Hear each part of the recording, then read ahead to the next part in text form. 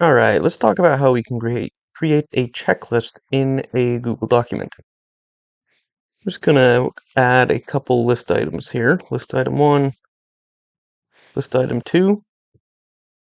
And if I highlight those and come up to the toolbar here, what you're interested in is this icon right here. If we click that, it's going to automatically create your checklist for you. And what's cool about these is they are interactive, so you can actually click the checkboxes to check things off the list.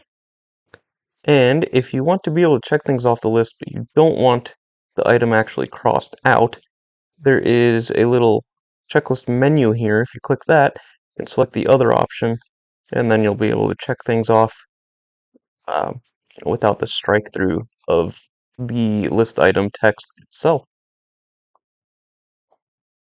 If you found this video helpful, please give it a like and subscribe to the channel. If there's something I can do to improve these videos, let me know in the comments.